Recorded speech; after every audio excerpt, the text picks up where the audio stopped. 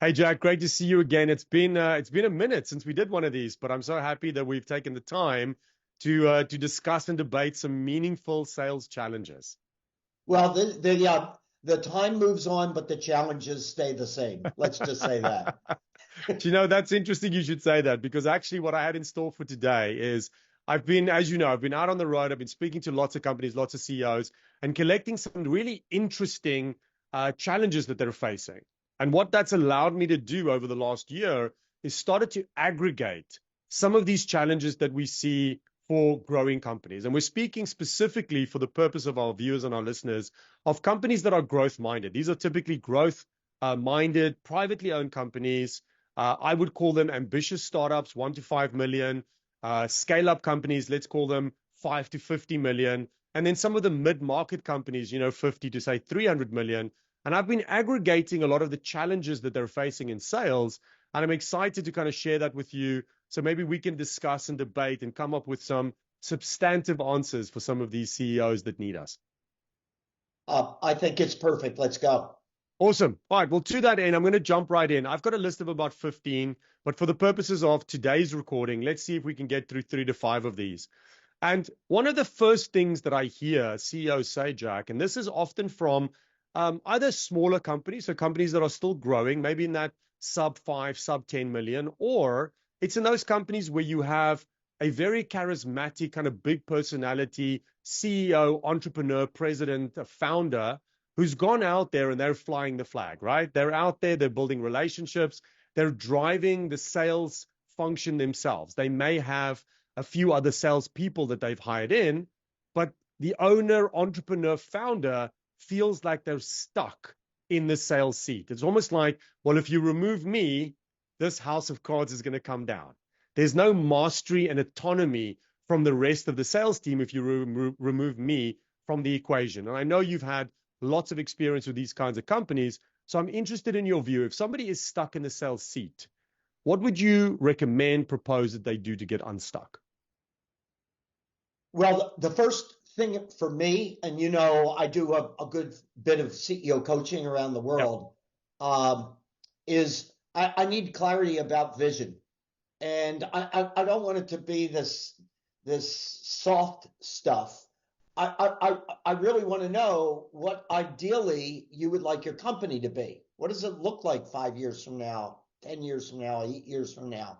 Uh, I mean, you gave some examples of size. If you're a $5 million company, and let's just say that you're pulling out of that 3/4 to $1 million in profit, is that put you into a happy state, or does that just give you the beginnings of where you'd like to go, and you'd like to scale that to 30 million or 20 million with a requisite bottom line profitability as well, right? Mm-hmm. If you're the main rainmaker, if you're the catalyst for that, even if you've added a few salespeople along the organization, uh, that may work for some people. And so I say, don't feel like outside pressures, everyone talking about, hey, you could be much bigger and grow and so forth. Go within yourself and figure out what you really want it to be, right? Mm, But what I can tell you, Morné, is that if your ambitions and your vision is bigger than where you're at, you're not going to get there by you being the main salesperson. mm, It just doesn't work. There's only so many hours in the day. There's only so many calls you can make and take and orders to write. There's only so many relationships you can build and develop. And so it doesn't work. Now, recognize there's good news here for everybody that's in this situation. There aren't many successful businesses of size where they weren't started by somebody that was in that seat as the mm, main rainmaker, right? It's just they made the move and transitioned out. right. Having built 6 companies myself from scratch into national firms in the US, well, I started as the guy that was making it rain. But I didn't want to be that person for the rest of time. I had a clear vision, and I knew I needed to have people. They weren't going to be necessarily in the beginning as effective as I was, maybe. It would take them more time to get there. But that's where you have to divide your time from, in effect, making more rain to getting salespeople on board and getting their skill set up. Mm. Your hands are dirty, and I mean that in a good way, because you're inside companies in a very deeper way than I am these days. Yeah. So when you run into that situation, Mm. what are you dealing with? What does it look like from your perspective? Well, I love where you started with that conversation, about what is your vision? Because I often say that to CEOs that I encounter. I say to them, look, if you're telling me you're stuck in the sales seat, let's not make an assumption, first and foremost, that that's a good thing or a bad thing. Let's actually determine whether that's a good thing or a bad thing, right? And what I mean by that is the majority of companies that I meet when I'm out there speaking like you are, Jack, and meeting businesses is these companies want to build what I think is the brass ring, right? And that is a repeatable, scalable selling system. If you want to build a repeatable, scalable selling system, if you want to get to a point in your business where eventually the golden handcuffs come off, where you're able to go to Europe for a month with your family and this sales engine is still operating, then you being stuck in the sales seat is in fact a huge, huge problem. If you're trying to run a lifestyle business where it's you on your own or you and one salesperson and a virtual assistant running around and you are, as you said, you're profitable to the tune of 15, 20, 25% net, and that's all that you want, not only am I not going to judge you, I'm going to say, God bless you, because you're going to sleep better than the most of us, right? You're going to have a fantastic life. You're going to do your thing, but understand that if I remove you from that equation, that business no longer operates, right? That's a lifestyle business, what we call a lifestyle business. And there's nothing wrong with that if that's what you're building. So let's first distinguish which one are you? Are you building a lifestyle business or are you building a repeatable, scalable selling system? Now, if we assume that you're doing the latter, the repeatable, scalable, well, then you being stuck in the sales seat is in fact a problem. And this is actually a much bigger topic than I think people realize. So I'll just do the soundbite version of my answer. Mm-hmm. And that is first and foremost, and this is something, Jack, that I really learned from you, and I've advocated ever since. Almost everything in sales starts with culture. And what I mean by that is I meet so many CEOs who respectfully talk an incredibly good game about how they don't want to be stuck in the sales seat. But if we then observe, if my company Immerse then observes what they're doing day to day and the quality of the decision making, they are negating what they say they want. They are not empowering their people. They are not, in fact, committing to the kind of development and the school fees that you need to pay in order to get your sales team to have mastery and autonomy. And the one thing that they absolutely don't do, and this is something that you and I both speak about the 3 sins of sales management, they definitely don't hire a sales manager early enough. Mm-hmm. If you're, especially if you're an entrepreneurial CEO, you have this narrative that runs in your head about, I'm going to go out there, I'm going to fly the flag, I'm going to hire whatever the number is in your head. Let's say it's 5 salespeople. I'm going to hire the first 5 salespeople. And then when I get to 5, then I think that I've got to critical mass, and now I'm going to parachute in a sales manager. The problem with that, of course, is very often the 5 salespeople that you've hired, you've subconsciously attracted people that you think are self-starters, right? The kind of people that don't need management, because wearing 5 different hats, you don't have the time to do the things that need to be done. You can't do performance coaching and accountability, all this kind of stuff.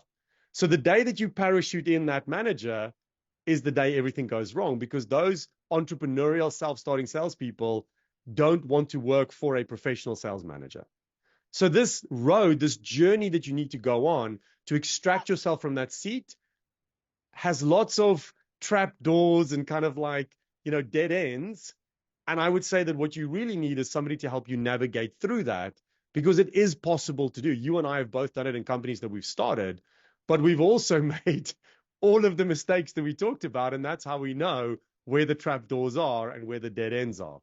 Yeah, let me tag on one other thing though. That hesitancy to get that sales manager earlier in the game. Mm, I think that comes from I can't afford that person at yeah. this moment in time, right? Yeah.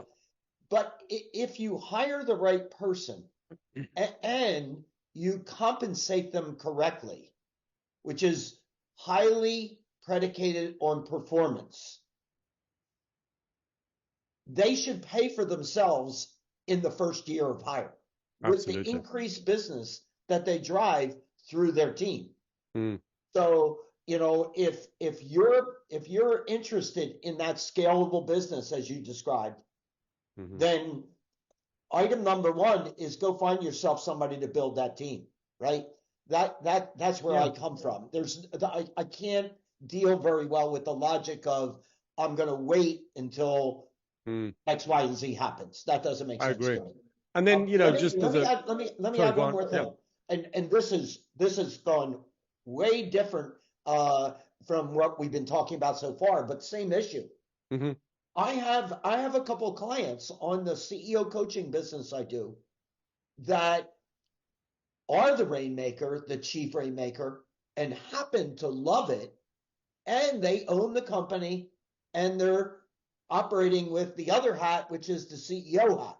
So they've got the CEO hat, they got the sales manager hat, and they have the top salesperson hat, right? Hmm. But where their joy is in that sales arena. Mm, And I want my client to at least consider owning the company and hiring someone to run the day to day and let them beautiful. stay in that sales yard because that's what they love and they're good at it. I actually think that's a really interesting point that doesn't get made enough. And that is the fact that you own the company does not necessitate you being the CEO or the president. In fact, being the owner of the company, I think if we look at the success stories of so many companies, the ones that have had longevity is where the entrepreneur recognizes that I had a superpower. Maybe it's my tolerance of risk. Maybe it's my visionary, ability, whatever it is. I have a superpower that's allowed me to create this company from a blank sheet of paper to whatever, size it gets to. But the bit that often gets missed is the second superpower that you need as an entrepreneur is when to step out of the ring and say, you know what? Actually, I am the visionary. I am the rainmaker. How about I hire a professional CEO? And I do the thing that I'm exceptional at. I do the thing, you and I would call it high payoff activities. I do the thing that only I could or should be doing. And I have the foresight to hire a professional CEO to make sure that somebody's conducting the orchestra. And I think that's actually a great point that you're making, Jack, because not enough people are talking about that. Yeah. So, of my client 1-800 Got Junk Yes. and the founder and owner of the company, Brian Scudamore. And, what Brian recognized, I mean, he started it by buying a used truck and it was called the Rubbish Boys. And he sat on the truck and picked up the junk and took it to the dump. And he Wow. brought the sales in and he was wearing all the hats and blah, blah, blah, blah, blah. And now they're north of $500 million going to $1 billion. But he shares something called two in a box. And on the org chart, he has his name and another person's name, which is Eric Church. And Right. what Brian has is he has the vision and the Mm, culture. mm, And Eric has everything else that has to do with the day to day running the business. yeah. And it's brilliant. And I think it's one of the key foundations of their growth and Mm, profitability mm, mm. success. By the And way, 1-800 Junk still, if the listeners want to look this up on YouTube, one of my favorite examples of a daily huddle is 1-800 Junk on YouTube. Just incredible how those guys run their huddles. It always makes me smile. Right, let's move on to the next one on the list, Jack, and this is again from normally an owner, entrepreneur, operator of the company who says, I can't get my sales team to sell like me. And what they mean by this often when they're having this conversation with me is, you know, part of the reason they think they're stuck in the sales seat is because they've never been able to get salespeople to build pipeline or convert pipeline the way that they do. And that creates a limiting belief that nobody can do it as good as me. My salespeople can't do it like me. And that's then what's holding them back from leaning in and building this replicability and scalability that we've been talking about. So what are your thoughts on this kind of a limiting, this fixed mindset, you should say, of somebody that says, I can't get my sales team to sell like me? So I'm going to take you back way in time, and I actually was graduated with an accounting degree, Mm-hmm. bachelor's in accounting, and was a CPA working at Arthur Andersen, and spent a little bit of time wearing the hat of the CFO Right. of a national sized company. And the CEO of the company came to me and said, "You're a natural to be running the entire place instead of me, um, but you've got a few gaps in your capabilities that can be fixed. But I need you to kind of come over here and do some of this stuff." And I'm going, "John, it's just not possible to run enough hours in the day. I've got to close the books every month. I've got to produce financial statements. I've got to do the analysis." And he said, "Look, let me suggest this. I'll give you an extra 2 weeks vacation. You and Bonnie go to Europe. Yeah, the only proviso that I give you is that you can't get in touch with us in any way. No phone calls, no back and forth in any way. This is pre-internet, so no, that we didn't have to talk about emails or any of that." And he said, and the 2 weeks have to be back to back, and they have to be the last week of the month and the first week of the month. And Wow. the last week of the month is when you close the books. The first week is when you produce financials. And he said, when you come back, you're going to find that the work got done by your team. And then for the next 3 months, for those 2 weeks again, for 3 more months, you're going to work inside the company, shoring up the areas that you're not strong on and Mm, knowledgeable about, so that I can eventually give you the keys to the place. mm, Well, what I can tell you is when I came back, the books were closed and the financial statements were produced, and I might have done it a little bit different, and I mm, might have done it a little bit better, but it passed all the muster internally and externally to our auditors, etc. And mm. here's the best part of this story for me. I've never ever done the books or the financial statements again in my life. And my accountant on my current business is frustrated with me because he produces these financial statements and I have no interest in even looking at them. Uh, where I used to think that only I could do this, right? Right. And within 6 months of that story, I was the CEO of this national company. Mm, Uh, and so, I was blessed with John as the CEO who took it upon himself to say, "Hey, Jack isn't going to get out of his own way if I don't make it really easy for him to do that."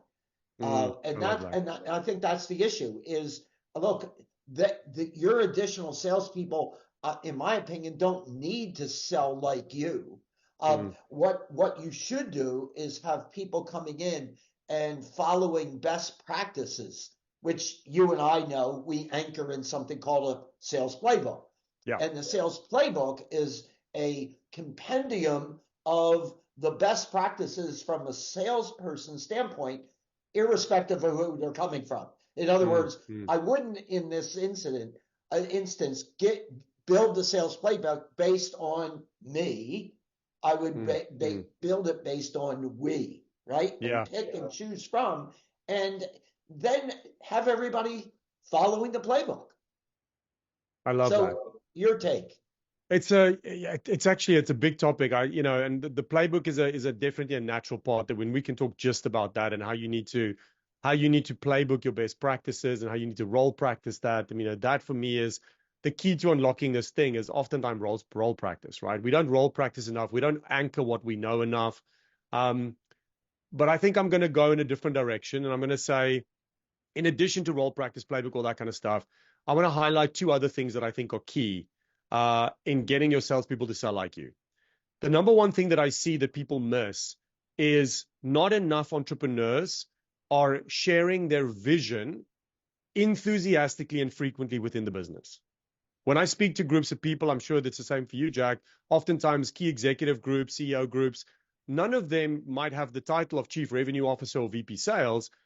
But if I put any one of them into a sales call, that call will go well, even though they might be a self-professed non-salesperson. And the reason it goes well is because they have a gravitas and an authority, a credibility that is tangible, that you can smell, and that's hard to replicate. And oftentimes that gravitas comes from their absolute conviction in the vision, the mission, and the purpose of that business. And what I need entrepreneurs, CEOs, C-suite executives to do is I need them to beat the vision drum. I often say, if you beat the vision drum, your tribe will come. You will attract the team members that believe what you believe. You will attract the clients that believe what you believe. But more importantly, your vision becomes like fairy dust that sticks to your salespeople. So now when they go out into the world, they don't do what we call show up and throw up. They're actually talking from a place where they believe the mission and the vision of that company. And now they start to smell like you, right? In a metaphorical sense. They have that conviction, that gravitas. They feel like a subject matter expert. So it changes everything about them as opposed to just changing the words that come out of their mouth. That's the first thing. The second thing that I think is missing is empowerment, right? I often say, well, why is it that so often if I go out as a salesperson and I go see a prospect called John, let's say, or let's say it's a prospect called Mary, I go see Mary and I sit in front of Mary and I do my thing and she goes, you know what, Morné, I think I want to buy, but I'd like you to just change the payment terms for me slightly, maybe just despec that thing for me. Let's talk about when you're going to deliver it. And I say, you know what, Mary, that sounds very reasonable to me. Let me go check with my boss, Jack, if that's doable, and I'll come back to you tomorrow. But if I was in that meeting and Jack was sitting next to me and Mary was saying, could you just change this, that, or whatever, Jack would look at Mary and go, I think that's fine. Let's do the deal. Let's sign the paperwork right now. Why does it require Jack to be in the room with me? Because we lack empowerment with our salespeople. We don't want to pay the school fees. We don't want the risk of them making mistakes. And then we end up with this disempowered, anemic sales team that has neither mastery nor autonomy in their roles. So for me, it starts with vision, vision, vision, vision, so that we smell and look and feel different. And then it's about paying the school fees and making sure that these salespeople can make value-based decisions. I love the combo that you just did. And on the empowerment, just from a tangible standpoint, what I can tell you is that I spent 3 out of every 4 weeks when I had my companies out with my salespeople, visiting with clients and prospects on the road, and doing it anytime, as I was the owner, anytime we were there and people were asking about some exception or some little bit, I just found like it was just a no-brainer to just say yes, right? And after a while of doing that, I came back and I declared empowerment as being creating an environment in my business where people who worked in it felt comfortable making decisions as if they were the owner. And I talked about it all the time. Yeah. Whatever you think Jack would make a decision, make that decision. And by the way, sometimes people gave away more than what I would have, and they shouldn't have done it. And it's not a cause for me to spank them, but pat them on the back and say, okay, well, let me just educate you on some boundaries. And so that's a learning opportunity, not a scolding opportunity. And when you just a moment ago talked about vision, you made it very real for me the way you talked about it, as opposed to so often it's in the front page of some marketing literature and on the wall at the reception area, and then it dies. Your articulation of vision was something very different, and it became behaviorally real. Yeah. And I think that's actually a very good point, behaviorally real. So I often get people coming to me and saying, okay, I buy this thing that you talk about vision, but how do I do it? Do I just every week in the sales meeting say, this is the vision? And I'm like, no, because after 2 tries, people are going to get bored of that. How about you cascade that message, right? First week, this is the vision. Here's the why. Second week, here are the behaviors that I'd like to see, that if you demonstrate them with consistency, that signals to me that you are attached to this vision. How about in week 3, you start telling some success stories, right? Tell us your origin story. Tell us how you started this company. Tell us about some of the failures you've had. And you have this like cascading thing that you do, but it all starts with a vision, right? And what you're doing is you're changing what I call the oxygen richness of the environment. You're telling success stories, you're doing lessons learned, you're doing behavioral patterns, but it all comes back to the vision. And if you do that alone, it's going to change the sentiment and the morale of the company, which I think will help your salespeople to quote unquote sell more like you because you're turning them Awesome. into you, right? I think we've got time for one more, Jack, and then we're going to have to call this a day and we'll go again as soon as we can get together. So here's a fun one. How do I know if I have the right salespeople in the right seats? So we talk a lot about attitude versus aptitude. You have a beautiful saying that I'm trying to recall verbatim, so I'm hoping I'm not going to butcher it. You hire for attitude, right? Hire for attitude and you manage for skill. So I want you to talk a little bit about there seems to be a real fear, a real scarcity mindset when it comes to building sales teams. And I think I shared with you actually earlier today that there's some data out there now which suggests that in North America, so the US and Canada, the failure rate in sales recruitment in the US is 77%. I mean, that's not great odds. That's like Vegas odds, right? So 77% failure rate. And I can understand that off the back of that, a lot of people are scared to maybe let salespeople go that they have, even if they're C players or D players. How do you think people can get more confidence that either they're hiring and or they have the right people in the right seats? So the expression recruit for skills, hire for attitude. Yeah. That's what it is. But here's a much more condensed version. Will over skill.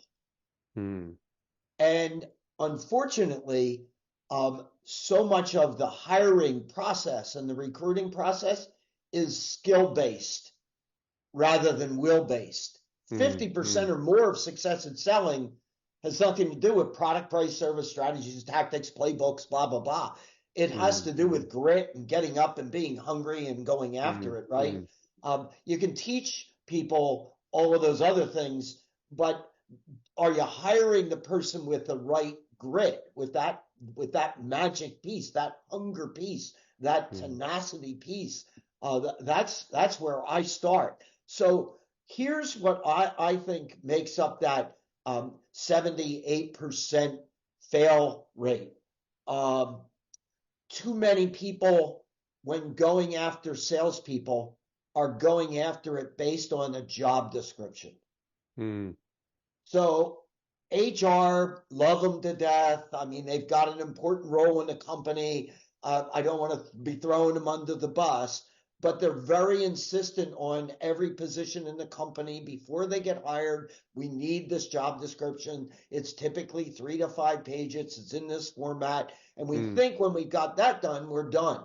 And all I want, like a salesperson's job description, I would frustrate an HR person because I'd give them like win new customers, grow the ones you have, differentiate yourself from the competition. There's your job description. Fill in your blanks on the 5 pages. That's all. Win new customers, grow the ones you have. So what I think really what we need is you need the profile. You need the position profile. What are the attributes? What are the characteristics that makes a top performing salesperson? Because if you hire to that characteristics, if you hire to those pieces, assessing whether you've got somebody real or not is going to become very apparent. I say to people, I could tell you whether I've hired one that's a winner or not in the first 2 days. And I might even go into the first day. But it's certainly not going to take me more than a week to determine whether I've got a player or not. And I consider myself a player. So if I think about the number of times that over my career I did Vistage presentations all over the world, a little game that I had within myself was whenever I showed up in this place that was a different country, a different state, a different city, I don't know the geography, I don't know the traffic patterns, but more than 80% of the time, I was at the meeting location before the chair running the meeting, and most likely before any of the members.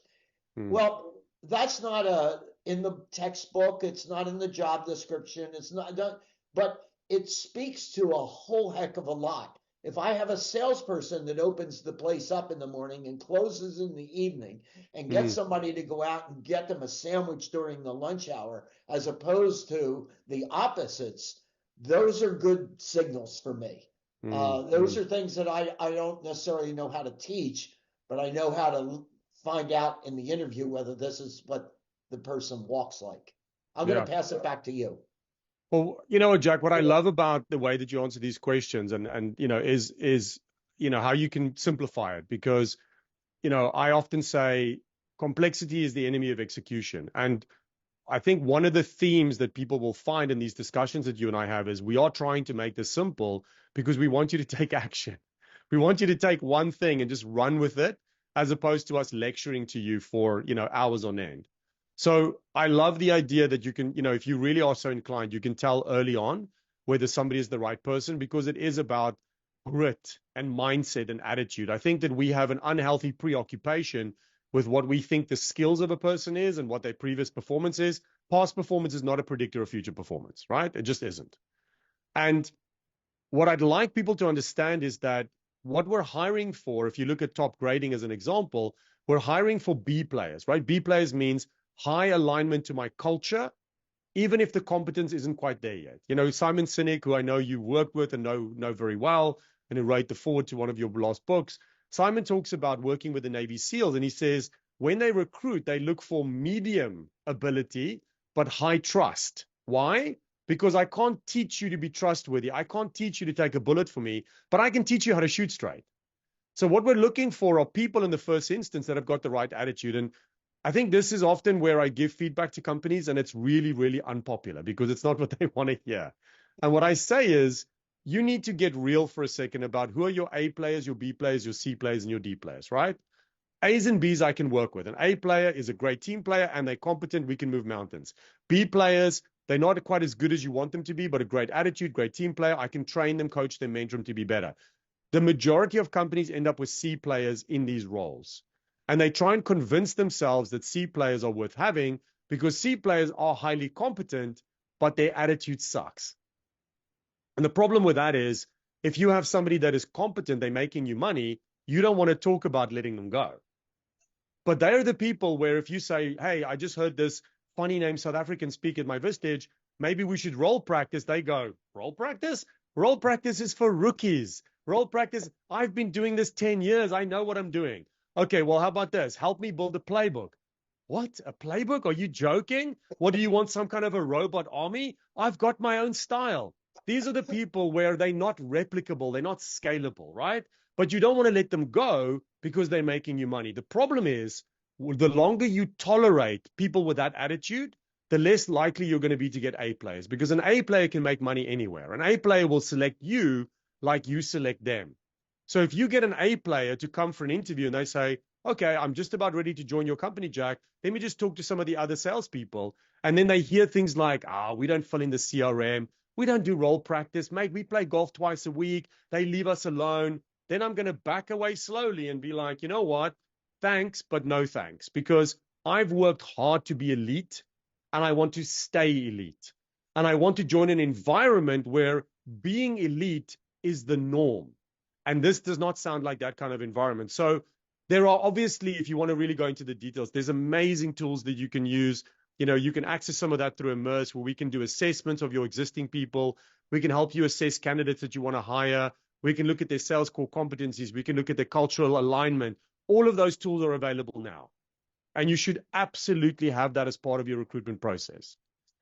But as Jack said, first and foremost, what is their attitude like?